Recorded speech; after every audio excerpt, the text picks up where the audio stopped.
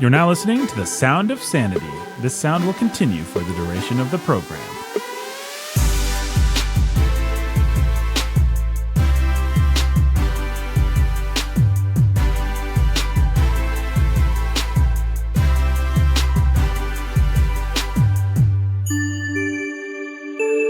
What's that sound? Wow, it's the sound of intellectuals convening. Yes, the sound of intellectuals convening. I don't know where they are, but they must be nearby. They must be. I don't know. It's the sound. Huh. Well, folks, that must mean it's time for another Sanity Shelves, the type of episode of the show where we talk about books we've been reading. We had a really fun part one because we haven't been able to do these for a while, so we accumulated a lot of books. Now we are dumping them. Dumping them. I should say another book that I read before we get, like, Jake has like 19 books that he's been reading, and we look forward to hearing about those. But I read No More Heartburn by Sherry Rogers, MD. Did that solve your heartburn? I think it's helping. Actually, I haven't finished it. Actually, I only read the first chapter, but then the first... I read it. Well, I haven't finished it. Well, I only read the first chapter. Well, the first chapter has all the stuff that you're supposed to do, and she says, if that doesn't work, then like this is going to solve 90% of the cases or whatever the figure is, and then if it doesn't, read the rest of the chapters. So I've been actually implementing those things, and basically it's a, what do they call it, an exclusion diet? You try and figure out what's causing the heartburn. She thinks it's a very treatable thing. She's anti-medical intervention for the most part. She thinks everybody's body is different and everybody needs to sort of figure things out instead of just using the same 3 acid inhibitors and proton pump inhibitors and stuff like that. I've struggled with heartburn and GERD and acid reflux for much of my life, including... What's her name? Sherry Rogers, MD. She's like one of the heartburn ladies. So it's a good book. I dare say there's probably some of our listeners that struggle with heartburn. And I say you could do a lot worse if you're just the kind of person that pounds Tums all the time or has been on proton pump inhibitors for a long time or something like that. You could stand to read this book. I mean, I just sort of decided it was a thing that I was going to suffer with forever, and I needed to just find the right medical cocktail, and that's what I did for many years. But as soon as I stopped doing that and started trying to figure it out, I found I haven't quite figured it out, but I think I'm honing in on some things, like just some triggers for what it is, and it's like, oh, I could probably do this. Like there's probably actually a way to just not live with this, or at least greatly reduce it just by changing my diet a little bit, not in a way that's even super restrictive, because like for some people it'll be like caffeine causes it, so you can't have caffeine, but you could still eat all the pizza you want, right? Like everybody's body is different. So I think some reason people maybe don't pursue actually solving the problem is because they're afraid. They see the lists of things that you have to give up, and they're like, okay, well, I'll never eat chocolate again. I'll never eat fatty foods again. I'll never have another steak. I'll never have any more salt. Just give me the meds. Yeah, or just give me a gun. Right. I don't think that's the case, actually. I think it's actually something that you can kind of figure out if you're willing, and probably still enjoy the things that you like in moderation, as you should. So this is not a medical show, and I'm the last person in this room and on this podcast you'd want to ask for any kind of medical advice. But if that's something that you happen to struggle with, you might try the book, No More Heartburn, Sherry Rogers, Medical Doctor. That's a book I read. Pretty exciting opening for this podcast. What else we got, guys? So I've got a lot. So I'll just keep going through the list. So I read, I listened to the Almanac of Naval Ravikant. So this is, Naval Ravikant is one of those people that is considered by a lot of people to be one of the brightest and best people out there. But he's an angel investor. He's pretty private, keeps to himself. But sometimes he gets, he's in interviews, or he'll have tweet threads or Instagram things or whatever, or a little podcast. And the Almanac of Naval Ravikant is somebody taking a bunch of, tweet threads and clips from interviews and things like that, and assimilating them into a kind of the wisdom of Naval kind of thing. Huh. But Naval's one of those people, like he's in the category of like, he's one of the people that advised Elon Musk to buy Twitter. You know, he's like one of the, like he moves in those circles. And he's the kind of person that Elon Musk would look to for advice, right? He's like that. He's like Jack Dorsey. He's like, but you just might not know his name. And that's on purpose, I guess, or that's part of his thing. So I thought, well, this will be interesting, and it's short. I think Ravikant calls himself a rational Buddhist, and that's basically what the book is. It's a mishmash of Buddhism and Stoicism in little bite-sized chunks. Sounds terrible. You know, there's some real pearls or helpful thoughts in there, but yeah, it is what it is. And some of it's terrible and some of it's interesting or insightful. Just like, you know, reading Marcus Aurelius is going to have like, well, that's one way to think about the fact that, yep, we're all going to die. Sure. You know, whatever. Right. So you take it on its own terms is what it is. It's not, there's nothing really super special about it, but there are going to be some, you know, some good insights or pearls of wisdom. It's just, yeah.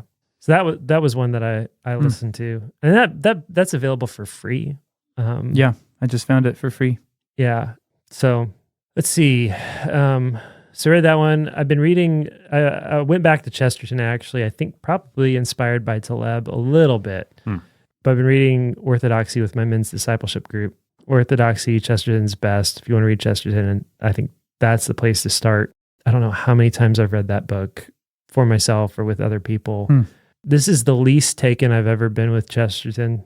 It's the most I've gone through Chesterton is it's been like, man, I wish you didn't feel the need to be so cute all the time. I'm really tired of the straw men. I'm really tired of the circumlocutions. I'm really tired of some of the cuteness here. And so I don't know how much of that is just like, well, you've mined Chesterton and incorporated him into your life so much that, you know, that's all you're left to hit up against. It's like you watch Hamlet for the 9,000th time, and the to be speech is actually the most boring part because you've thought about it, you've gone over it, you've had to memorize it for high school. Yeah. Yeah, so this like, and how much of it is, you know, just like, I'm not really annoyed with Chesterton. I'm annoyed with all the cheap, horrible, stupid imitations of Chesterton and, you know, whatever. So anyhow, that's just how Chesterton's hitting me this go around. And I think some of it too is like, you know, he's just like, the guys in my discipleship group don't have time to sit and puzzle out Chesterton. They're just blue collar working guys that it's not helpful. It's not helpful to them. It's not Chesterton's fault. He was writing with the idea that his audience would enjoy and get some sort of entertainment value even out of and they reading. do. They're like, oh, he's funny, you know, but also it's like, yeah, I had to read this one page 10 times, but I got the joke and it was funny. But that's the kind of thing. It's just like, well, man, I don't know that I have.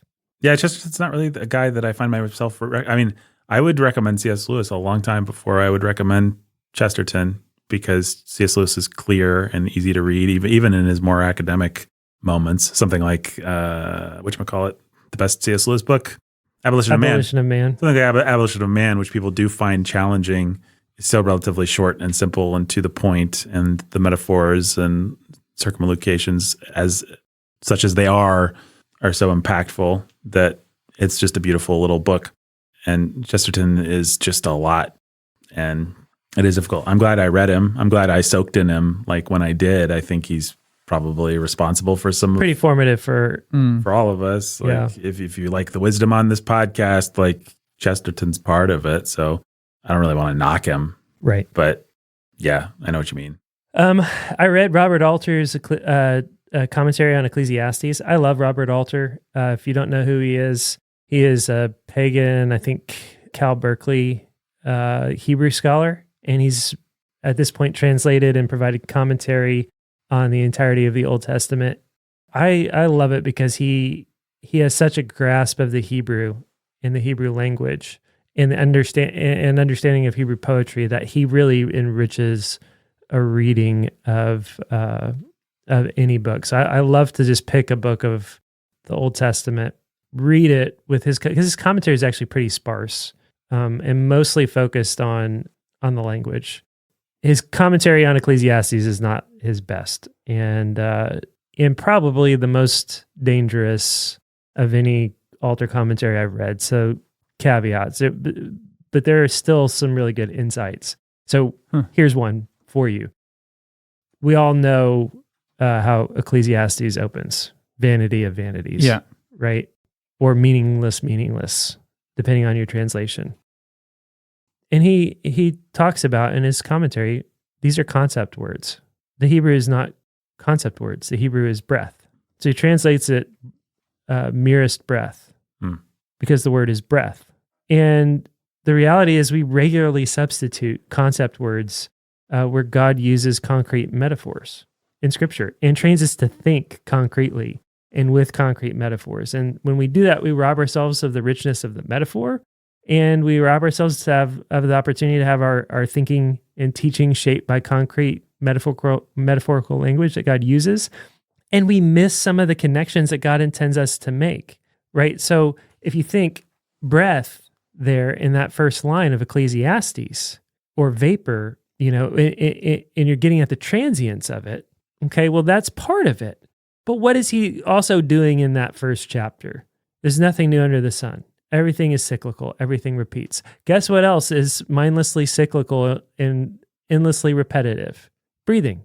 And so there's a richness to the metaphor, both the transience and the cyclical repetitive nature of things that is there in breath that's missed because we just think in our sort of like modern rationalistic post-enlightenment world that the conceptual translation is the better one because we've got this sort of like intellectual bias. And it's like, well, no, actually it's not. It's not better. And he does that sort of thing, has those kinds of like insights into the Hebrew poetry or whatever of it all regularly in his commentaries that I just find, man, this guy's really worth reading. And he's a pagan.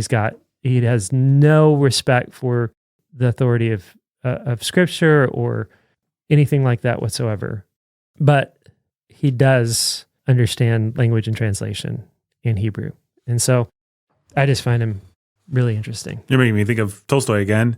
What we should have said is if you're going to read or listen to Tolstoy, you should get the Piver and Volkansky translation. And the reason is actually similar to what you're talking about. Often when anyone is translated, the translators translate up. They clean up vulgarities. They make things more palatable. They make things that are difficult. They choose an interpretation. So with Tolstoy, what Piver and Volkansky have tried to do is say, Tolstoy was actually bad here. He was using a vulgarity, or he was using bad grammar, or he was describing something in a way that doesn't make sense. And we're going to assume that Tolstoy is such a genius that our job is actually to, as best we can, get that to you in English. And then let you deal with it. Yeah, and then let you deal with it. Why was he weird here? Why was he grammatically incorrect here? Why? That's something that we want to give you the ability to actually engage with Tolstoy on, as opposed to doing all the work for you and not even letting you know those kinds of things were in there. Absolutely. And that's something that Alter is constantly doing, where he's like, all these other translators are trying to pick interpretations. But actually, we're talking about poetic language here. We're in the Psalms, or we're in Song of Solomon, or we're someplace like that. And actually, maybe part of the point is the ambiguity. Maybe part of the point is the elasticity of the metaphor. Maybe part of the point is for you to do the work of the interpretation. I'm just going to try to preserve that as much as I can. And that's like, yes, I believe in that kind of translation. Yeah. So I love Alter. He does come with caveats, especially, your relative maturity and experience with sort of pagan biblical criticism. He doesn't focus on that in his commentary, but he does just sort of matter-of-factly like, well, we know that this is probably not written by this guy and this whatever, right. That sort of thing. So, yeah, that's Alter on Ecclesiastes. I read a book called 4,000 Weeks. I started it. I finished it. It was short. It was really just an extended meditation on life is short. Make the most of it. You're going to die soon. It was a couple hours long. 4,000 weeks is the amount of weeks you have if you live to be 80 years old. And so it's just like, hey, have you thought about it this way? 4,000 weeks to live. If you're 40, 2,000 weeks. How are you going to make the most of your life? That sort of thing. It was fine. Whatever. I don't remember anything else about it. It's an extended meditation of you're going to die. Just accept it. Don't live in denial of it. Tally it up and figure out how to make the most of it. Because guess what? You're going to die. So no recommendation there. Just, I tick that box. You don't have to. That's all there is to it. You've got the concept now. Go and use it. It was highly recommended. There are only a couple of podcasts that I listen to, and one of them is Peter Attia's The Drive, and that was one of his top recommended books of the year. Peter Attia is just a former oncologist who focuses on just health, wellness, longevity. Yeah, interesting guy. I've listened to a couple on your recommendation.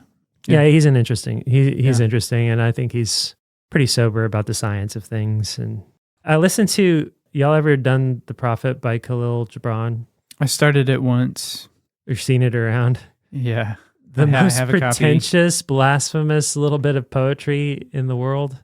You understand why like people buy into it and think it's really something, but also in a sort of demonic way. It is compelling, but it's also like pretentious and blasphemous and horrible. Oh, I hate these books. I put this in the same category with The Little Prince. Little Prince, or That's what I do. Paulo Coelho's The Alchemist, or if that's how you say his name, or Jonathan Livingston's Seagull. This kind of there's just a certain kind of person. Oh, I don't know. It's like Betty Draper in Mad Men buys this book, right? Because she's bored. She She wants to understand something new and something mystic and something right. Yeah. Like my grandma and grandpa, they were like good Easter and Christmas Catholics, and these are the kinds of books that would end up on their shelves. Just like some feels kind of deep, but ultimately it doesn't make you have to like do anything or be anything different. But you yeah. You feel enriched. But it's actually just empty calories. It's nothing. Yeah. And again, this is just one of those like, I'm out of credits, and what are the top recommendations of free things on Audible that are going to be short and buy me enough time to get to next month's credit? And that's what happened with that one. So the next one though is one of those books that's worth talking about. It's Thinking Fast and Slow by Daniel Kahneman. This is one of those books that you've seen on shelves, you've seen featured every time you walk into Barnes & Noble. It's always stocked. You've had it recommended to you 1,000 times in either Audible recommendations or Amazon recommendations or people talking about this book. You've just seen and heard it, and seen and heard a lot of things downstream of it.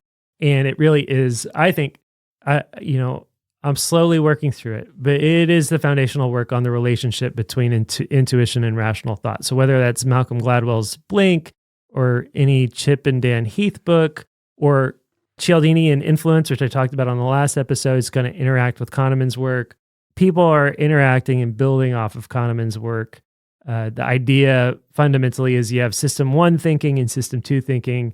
The things our intuition knows better than our rational minds, and then the ways that our intuition fools and subverts good sound reason. It's little things like how many of each kind of animal did Moses take on the ark? 2. Yeah. And the reality is what? Moses didn't take anybody on the ark. I knew there was something like that. There's a trick, right?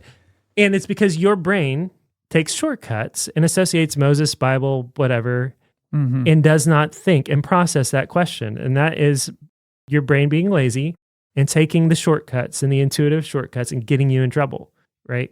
But there are virtues in those shortcuts that your brain takes. A bat and a ball cost $1.10. The bat costs $1 more than the ball. How much does the ball cost? Ben, this is your job. I'm not walking into another one of these. Dude, you have to do it one more time. A bat and a ball costs $1.10. The bat costs $1 more than the ball. How much does the ball cost? They're being sold together. The ball doesn't. No. No. Yeah. Oh, this one's hard. It costs oh man, my brain won't work. The correct answer is 95 cents. But your that's what I was intuition trying to says get to. $1. It says $1, but I knew that wasn't right. Right. The correct answer is 95 cents. But, okay. Or, yeah. Yeah, that's right. 95 cents. Or 95 cents for the bat. No. Nope. No. I still did the math wrong. No. $1.05 for the bat. And 5 cents for the ball. 5 cents for the ball. Yeah, I had the 5 cents for the ball That's my head, but my brain still went to that $1. Yeah. Right. And it's just that sort of thing. but it's both the virtues of our intuition, our quick intuitive decision making, and then all the places that trips us up and is wrong and messes with our minds and allows us to be influenced and allows us to be manipulated and allows us. It's interesting. It's fascinating. It's well done, well told, well constructed. It's worth hitting up against. It takes more time because it's more rich. It's more like it's closer to Taleb than anything else. You just got to like take your time with it and process it. But it's actually worth hitting up against the source material on this one and not having it chewed up and spat out down the line, I think. So there's that one. Yeah, and probably a bunch of our listeners have already listened to this book or read it and have hit up against it. I know I'm late to the party on it, but it's a party worth coming to. Better late than never. The next one is pretty fun. It's Fingerprints of the Gods by Graham Hancock. So that was another free pickup on Audible. Again, out of credits, looking for something. I've heard some interviews with Hancock. I find him interesting. He's described usually as a cryptoarchaeologist or a cryptogeologist. He was a journalist first. The thing with Hancock is he's enamored with the idea that there was an advanced global civilization that predated modern history and that was wiped out by this universal thing we see show up in every tradition on multiple continents called a flood. So he does things like, and this is like, it's really fun. Like, this is like your conspiracy theorist brain will trip out on this. But he does things like he explores ancient maps that predate the exploration of the Americas or the discovery of Antarctica or the discovery of Madagascar. And yet those places are on the maps, like in detail, or so he claims, right?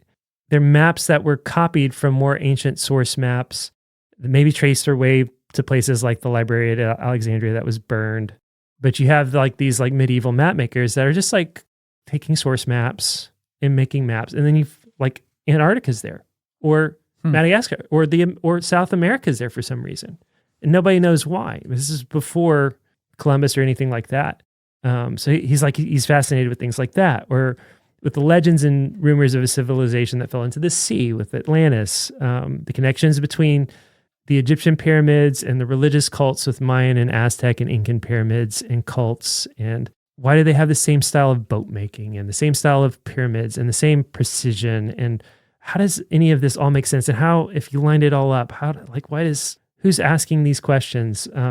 These big geological conundrums where things are supposed to have happened over a vast expanse of time. And yet there's some evidence that things happen very rapidly in a cataclysmic event. It's all interesting. Sometimes it's really tenuous, but it's fun. It engages your conspiracy theory brain. It's like, he's just trying to, in a lot of ways, he's asking the right sorts of questions. No, but really, how did they build those pyramids? Like, really, why do the pyramids line up? Why are they coordinated to the stars? Why do the traditions? Why do the gods? Why do the legends? Why do they match? What's with all these? Why does every culture seem to have some kind of weird flood story where somebody's like, one couple ends up in a box of some kind and on a mountain and has to repopulate the earth, and they take the animal. Like, like, come on, guys. Like, don't you think maybe there's something to this? Like, I don't know. But he goes down some pretty fantastic roads. Sure. But fantastic in the sense of fantastical, not like, right. Yay, awesome. Yeah, I mean, some of it is kind of awesome, right? And some of it is going to line up with like your answers in Genesis, people, right? Or whatever else. Sure. But it's fun.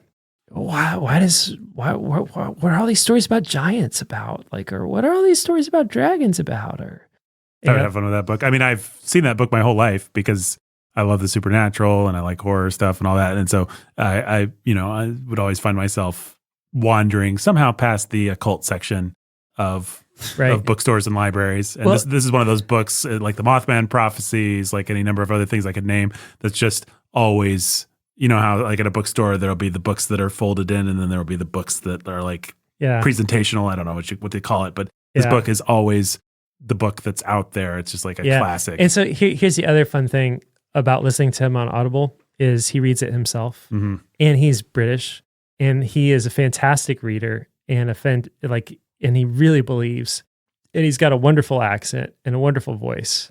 So it's just like he is really compelling to like, and really fun to just maybe I'll give you a taste. Although this will probably be on 2 times speed, but its apex positioned exactly over the center of its base.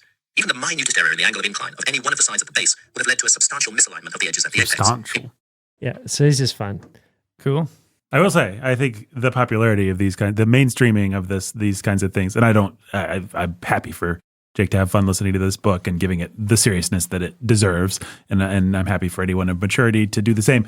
But I will say, I look with both amusement and sort of, what would one say, horror, trepidation, displeasure at the mainstreaming of all this kind of stuff in the kind of independent Christian. You should know he's going to go into world. ancient aliens. He's going to go into psychedelics at various points. Like that's the kind of thing that I haven't gotten any of that in this particular book, but that's the kinds of places that Hancock is going to end up. And I think it's dumb that people are so excited about all this stuff right now. I think it's just a sign of social instability, just the same way that the Victorians loved their seances and their ghost stories right. and their afterlife evidence, and people like the great rationalist Arthur Conan Doyle wanted to find evidence of other worlds and of fairyland and stuff like that. I think we're in a similar boat now. I mean, they had the Industrial Revolution, they had the times they were a change, and we feel the same kind of instability in our lives. And so we want to find things that are vast and that are transcendent out there. And I hope it doesn't sound corny or too reductive if I say the Bible is a good place to look for that. Your local church. I mean, we've is talked a about good this sort of place to thing look on for that. our UFOs episode and conspiracy theory episode. It's not that, I mean, obviously, that's why I said I've seen this book a million times in my life. Like, I think it's okay for people to get a little kick out of it. There are people, maybe even some people listening who give this stuff way too much importance, and I think it can be very unhealthy to get fixated on this kind of stuff and to build your life around it. So, that's my 2 cents. What's next? So I finished Extreme Ownership, like I said, with Peter. So we turned around and started Endurance, Shackleton's Incredible Voyage. Comes highly recommended from all kinds of different people. Like it's just vastly different people with vastly different interests over long periods of my life have recommended this book, and I've never picked it up. And it's kind of interesting so far, but we've not really been hooked by it yet. I don't like those kinds of books personally. Yeah. I don't know why. What kind of books would it be? Well, any book about someone scaling Everest or being trapped somewhere or being the guy that discovered this cave system, there's something, and maybe it's something effeminate in me. I really don't know. Maybe we could figure it out right now. Maybe we couldn't. But that whole genre I find incredibly off-putting. I mean, I've been part of dinner parties where everybody's just taught, I read this book and you read this book and I love Into the Wild and I love this and I love that and I like stories about mountain climbing and Into Thin Air, Krakauer. Yeah, Krakauer and I'm not going to do the Agatha Christie thing. There's too many people I really truly respect that love that stuff. I think there must be something there for people. I just find myself on the outside of it. I do not know how to enter in. I do not care to read about the sufferings of real people if it's that kind of book, and I don't find it particularly, I mean, it's interesting in sort of a conceptual way, like, man, wow, the things that people go through to achieve things and the things that the human body can endure and the ways that we can overcome these hostile environments. It's all conceptually interesting, but I find it frightening and dispiriting somehow to actually have to live there for very long. I don't know why. I want my horrors and my moments of transcendence to be fictionalized somehow.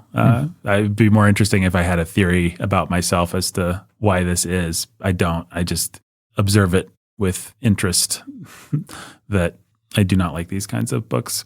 So that's my contribution to the conversation. Yeah. Like I said, I'm not hooked on it yet. I think we might get there, but we'll see. I don't have a lot of experience with these types of books myself. The next book on my list is the weirdest one and the flip side, polar opposite of Graham Hancock, and it's 6 Easy Pieces by Richard Feynman. So these are Richard Feynman's famous lectures at Caltech. They're published in book form with pictures of what he drew on the chalkboard. Feynman is renowned as one of the world's greatest physicists of all time, of the 20th century, whatever, Nobel Prize winner. These lectures are famous for being extremely interesting and fun and accessible. The legend is that, like, by the time he was done, like, they roped him in. He was like doing research. They roped him into giving these lectures. By the time he was done, laymen off the streets and professors and professional physicists were packing the house. Audible's version of the book is the actual lectures themselves. The first one has such horrible audio quality that it's almost entirely unintelligible. And I listened to it anyway. After that, it's really kind of fun. And it's fun for, I don't know, a couple reasons. One, it's fun to just listen to people who are excited about what they do and who are highly knowledgeable and who are gifted communicators. So like there's this one side of it that's like, dude's coming out of left field. He's a physicist. But if he can make his theoretical physics interesting and fun and intelligible, like there's things to learn from him as a communicator and all kinds of things. He is a Jewish New Yorker, and he sounds like a caricature of what you imagine a Jewish New Yorker to be. Like he's just like very much like whatever your shtick, your imitation, your imagination would imagine the caricature to be. That's like kind of what he sounds like, at least to me. But he also has a sense of wonder and awe and magic of it all that he brings to the subject of physics. So I don't know. I felt like I was missing a lot, but I kept getting the gist of things. And so I don't know, here are a couple of examples of analogies, right? Science, the art of science is like watching the gods play a game of chess, but you don't know they're playing chess. You don't know what the game is. All you can do is watch the pieces move. And you're trying to figure out how do the pieces move and what are the rules and what's the game that's being played here. And every time you sort of like figure something out, somebody castles and breaks everything and you have no idea what's going on. And so it's just constantly like observing and trying to figure out this game. And the art of physics or science is like going to the beach and seeing a rock and seeing the sand and seeing a moon and saying, gee, I wonder, is a grain of sand just a smaller rock? And is the moon just a bigger rock? And if I understand the rock, can I understand the sand and the moon? Just stuff like that. Just kind of fun and interesting and simplifying. And I don't know, how did I get on to reading Feynman's little thing? I think it started with a little article I saw that hit the news that said that physicists prove the universe is not locally real, which is a buzzy title. And that led to some fun conversations with Joseph Bailey. I loved theoretical physics in high school. I loved my AP physics teacher a lot. He was awesome. You can find, his name's Mike Kelly. You can find him on Jeopardy and stuff like that. He was fun and interesting and engaged like Feynman, and he was really smart about all kinds of things. Like his undergrad degree was in music. Like he was just like a polymath, one of those types of people. And I don't know, like Feynman is like Ian Malcolm type of a, like who Ian Malcolm is based on type of a guy. So I don't know. I think maybe that article and those conversations reawakened my brain to this sort of thing. And I think some of it's just fun. Earlier in the show, I mentioned the Almanac of Naval Ravikant, and he has this extended section in there on science and math being one of the only places left where the pursuit of hard truth with any kind of humility is welcome. And so it's a sweet place for anybody to dabble and detox from the world, to just like, hey, like you live with so much ambiguity and everybody's asserting grayness everywhere. One good anchor point for just hard truth, reality, and humility is to find refuge in basic math and basics, fundamental science, like just the detox. And I was like, yeah, that's a good idea.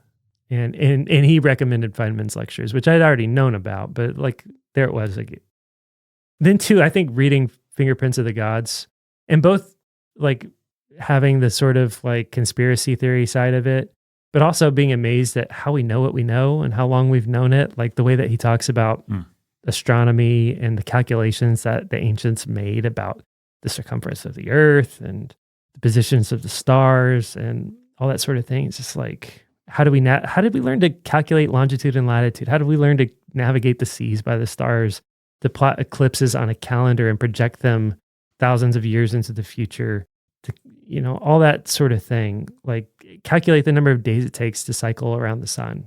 Like, and then we read that stupid McCarthy book. I think all of that together just kind of said. Yeah, I was wondering if that had, because that book, if you don't know, is very physicsy. Yeah, it's physicsy, and Feynman's referenced in that book. in multiple places.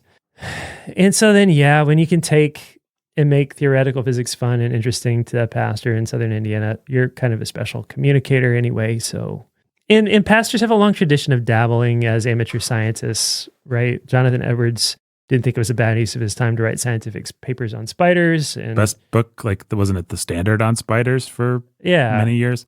And true, like the more ways we can find to re-enamor ourselves with the wonder of God's world, the better. Mm-hmm. And one way to do that's poetry and fiction, and another way actually is the sciences. Like the sciences don't have to actually rob us of the beauty and wonder like it did Darwin.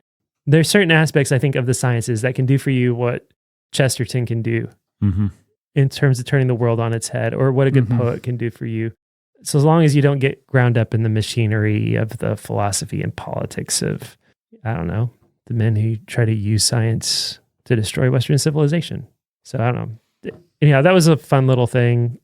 I can't imagine many people actually getting through that first lecture. I think probably skip it, but the second one is fun. And the farther downstream you go, the more you sort of like, it gets deeper and deeper, and you know, a lot passes over you. And if you didn't have much of a brain for, like, he'll give you handles. Like, he's just going to do gravity. He's going to do the atom. He's going to do basic fundamental things, you know. But so there's that. And then I started Switch by Chip and Dan Heath. Chip and Dan Heath did Made to Stick, and somebody in our Discord said Switch was better. But I did Made to Stick, I don't know, 6 months ago. Sat through and Switch, and I'm not sure I agree that it's better, but also it's just one of those like processed and chewed up and spat out downstream of Persuasion and Thinking Fast and Slow and that sort of thing. And so I feel like I've read maybe more source material, so it feels pre-digested in a way. But yeah, basic concept.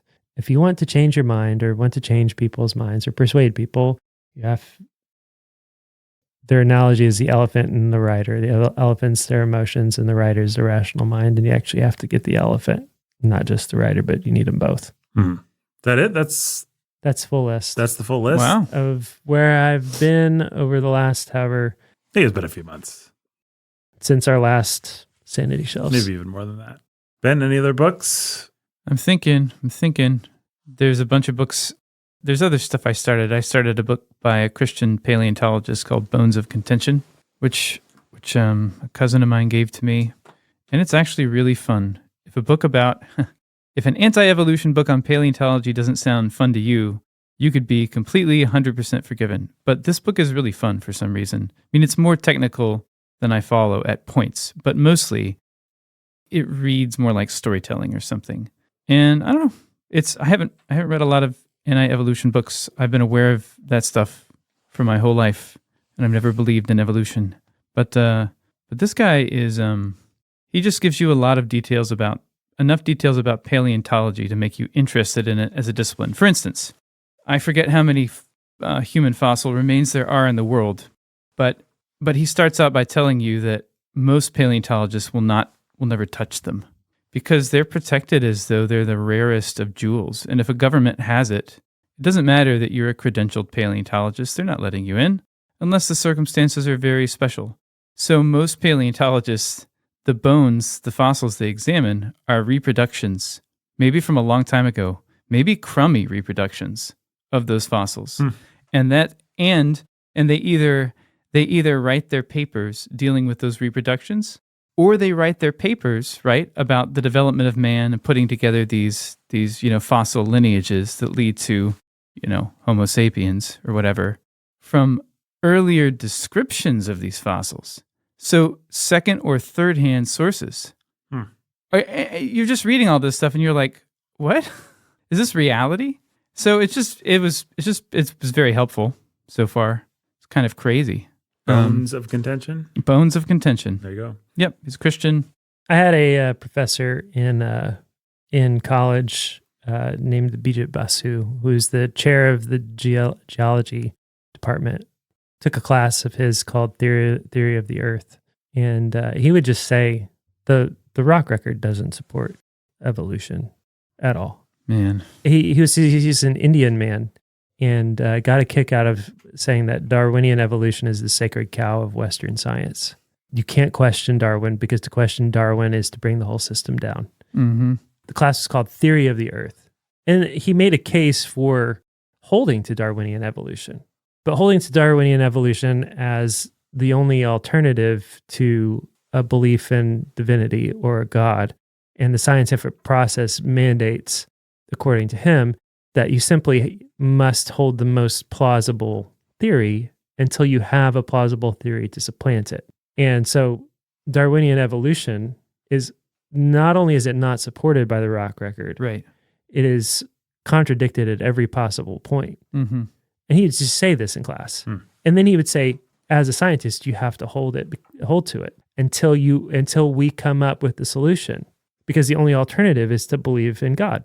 And he'd just say that in class. I love this guy. And yeah, I did too. He was awesome. And then he would say, and of course we can't do that as scientists, right? Yeah. We can't just believe in God. We have to have some kind of rational explanation.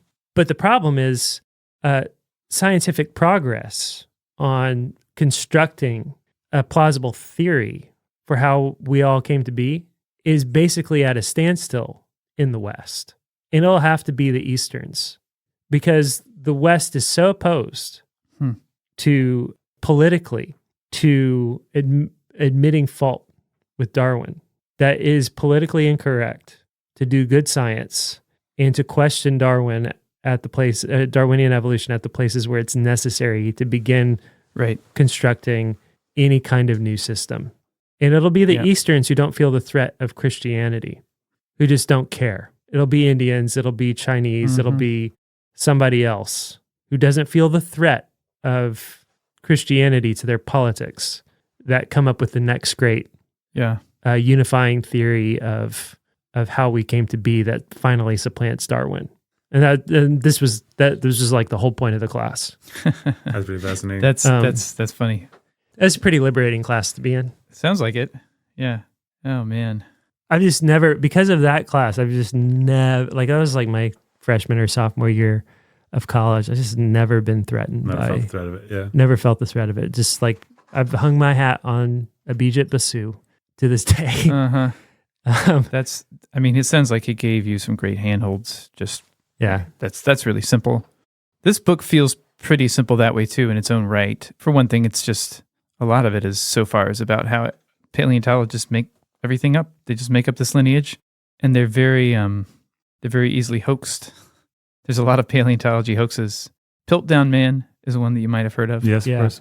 Yep. But there's others too, and it just seems like it's endemic because of the way that their discipline works and the way that they construct these fossil chains and come up with these histories.